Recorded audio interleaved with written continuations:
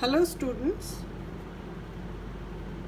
before carrying on with the chapter, I would like to remind you all that you have to come to school office and enroll your name for class 9.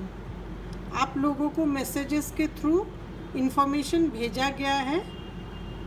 जो भी students class 9 Jack and Jill school से continue करना चाहते हैं, आप लोग को school में आके अपना एनरोलमेंट करवाना है। एनरोलमेंट का मतलब आप लोगों को मिनिमम अप्रैल का फीस दे के स्कूल के रजिस्टर में अपना नाम एंट्री करवाना है। कुछ ही दिनों के बाद, जैसे आप लोग को पता होता है, क्लास 9 में बोर्ड का रजिस्ट्रेशन होता है। रजिस्ट्रेशन का प्रोसेस शुरू होने वाला है, कुछ दिन के बाद ही शुरू होगा। अगर आपका नाम स्कूल के रजिस्टर में नहीं होगा तो फिर रजिस्ट्रेशन के लिए जो लिस्ट स्कूल के तरफ से जाएगा उसमें आपका नाम एंट्री नहीं हो पाएगा। आप लोग स्कूल में आइए, सिंघानी ऑफिस ट्यूसडे से खुला रहेगा। आप लोग स्कूल में आके अपना एनरोलमेंट जल्द से जल्द करवा लीजिए। We were studying about the quality of population. Quality of population depends upon two things. One is education and the other is health. We were studying how education is important to make the quality of population better and what are being done and what should be done to make the population of a country more better, the quality better. हम लोगों को ये जानना है कि education क्यों ज़रूरी है क्वालिटी ऑफ पॉपुलेशन अच्छा करने के लिए, और सरकार की तरफ से क्या क्या किया जा रहा है और क्या करना चाहिए। We have already studied that the literacy rates have increased from 18% in 1951 to 74% in 2010-11. India का जो लिटरेसी रेट है वो 1951 में 18% था, जो बढ़ के 74% हुआ है 2010-11 में। Literacy is not only a right, it is also needed if the citizens are to perform their duties and enjoy their rights properly. Education जो है, लिटरेसी जो है, साक्षरता जो है, वो सिर्फ एक राइट ही नहीं है, बल्कि किसी भी देश के लोग के लिए लिटरेट होना इसलिए ज़रूरी है ताकि वो अपने हक, देश से दिए जाने वाले जो राइट्स हैं उनको भी प्रॉपरली समझे, साथ में ही देश के प्रति उनके जो ड्यूटीज़ है उनको भी अच्छे से समझ सके। However, a vast difference is noticed across different sections of the population. Literacy among males is nearby 16.6% higher than females, and it is about 16.1% higher in urban areas as compared to rural areas. हम लोग क्या देखते हैं कि education का spread जो है या फिर लिटरेसी का जो स्प्रेड है उसमें कई असमानताएं हैं, जिसमें से पहला क्या है कि मेल्स का, आदमियों का लिटरेसी रेट जो है वो फीमेल्स से 16.6% ज़्यादा है। उसी तरह से अर्बन एरियाज़ में, मतलब जो शहरी क्षेत्र है, वहाँ पे भी लिटरेसी रेट रूरल एरियाज़ मतलब गांव के एरियाज से 16.1% ज़्यादा है। In 2011, literacy rates varied from 94% in Kerala to 62% in Bihar. 2011 में केरला का जो लिटरेसी रेट था वो 94% था, जबकि बिहार में it was only 62%. The primary school system has expanded to over 8.58 lakhs in 2013-14. 2013-14 में जो प्राइमरी स्कूल्स हैं इंडिया में वो बढ़ के 8.58 lakhs तक पहुंच गया है. Unfortunately, this huge expansion of schools have been diluted by the poor quality of schoolings and high dropout rates. लेकिन क्या है, दुर्भाग्य यही है कि स्कूलों के नंबर्स में बहुत ज़्यादा इंक्रीज़ हुआ है, लेकिन उसमें दिए जाने वाले जो एजुकेशन है उसका क्वालिटी काफ़ी ख़राब हो चुका है, और जिस वजह से इन स्कूलों में जाने वाले बच्चों का संख्या भी कम होने लगा है. सर्व शिक्षा अभियान is a significant step towards providing elementary education to all children in the age group of 6 to 14 years by 2010. सरकार की तरफ से सर्व शिक्षा अभियान के नाम पे एक अभियान चलाया जाता है, जिसमें क्या है कि 6 से 16 साल के बच्चों को एलिमेंट्री एकदम जो प्राथमिक शिक्षा है वो ज़्यादा से ज़्यादा पहुंचाने का काम 2010 तक हो जाने का एक अभियान चलाया गया था सरकार की तरफ से. सर्व शिक्षा अभियान क्या है? It is a time bound initiative of the central government in participation with the states, the local government and the community for reaching the goal of universalization of elementary education. सर्व शिक्षा अभियान में क्या है, सेंट्रल गवर्नमेंट, स्टेट गवर्नमेंट और local government सब मिलके ज़्यादा से ज़्यादा एलिमेंट्री एजुकेशन हर क्षेत्र में पहुंचाने का लक्ष्य का काम किया जाने का एक अभियान है. Along with it, bridge courses and back to school campus have been initiated to increase the enrollment in elementary education. इसके साथ ही ज़्यादा से ज़्यादा बच्चे स्कूल में आए, इसका भी व्यवस्था किया गया है.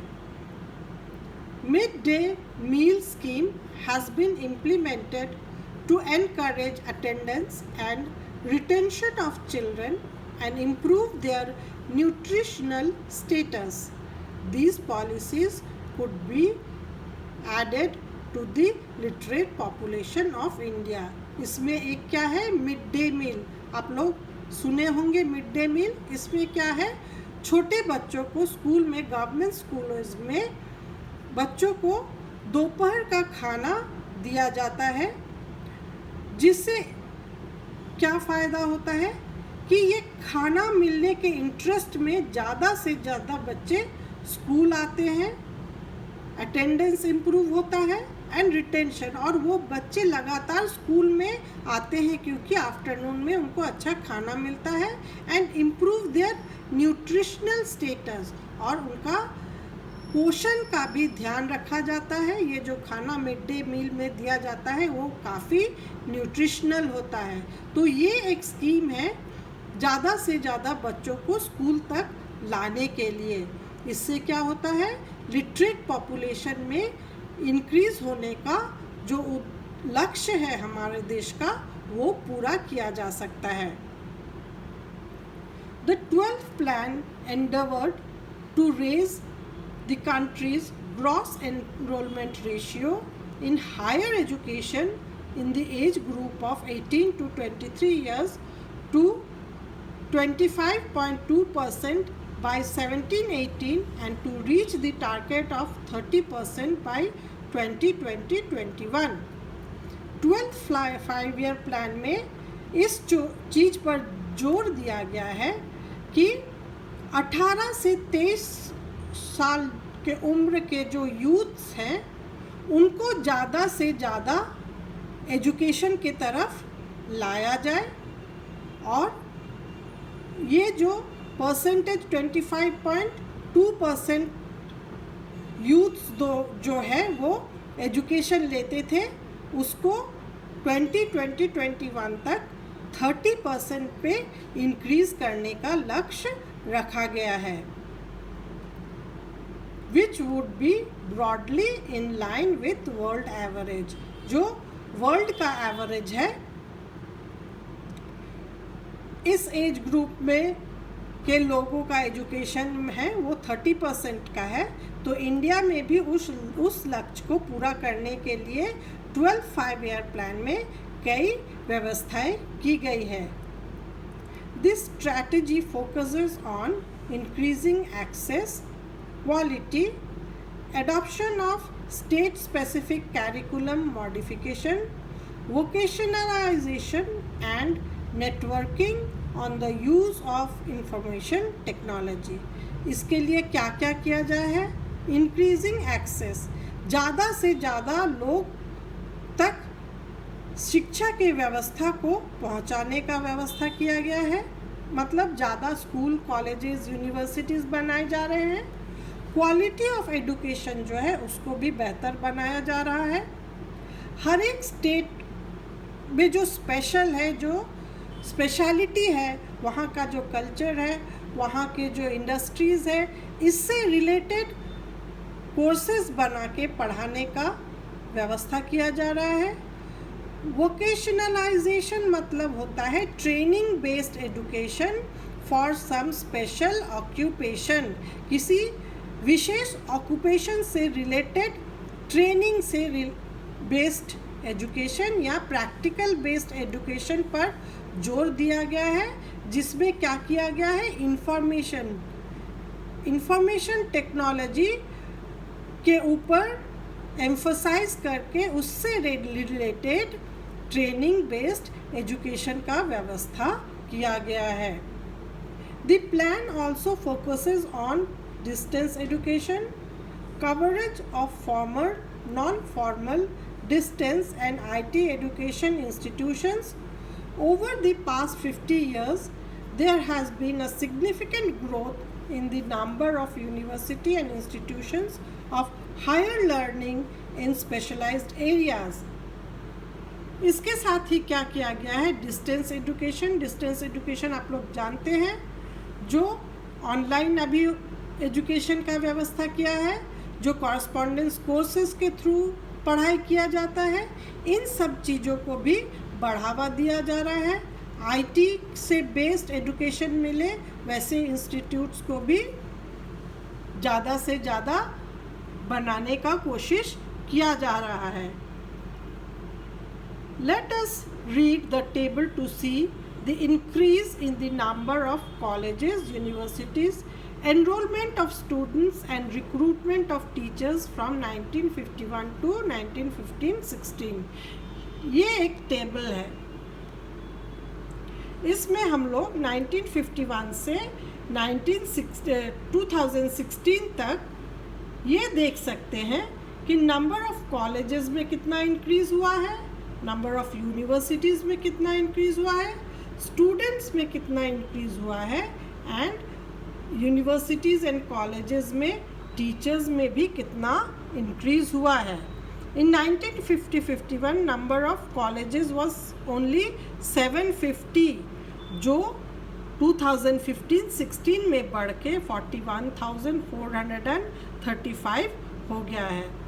नंबर ऑफ यूनिवर्सिटीज़ 50 में ओनली 30 यूनिवर्सिटीज़ था, जो 15-16 में बढ़ के 753 हो गया है।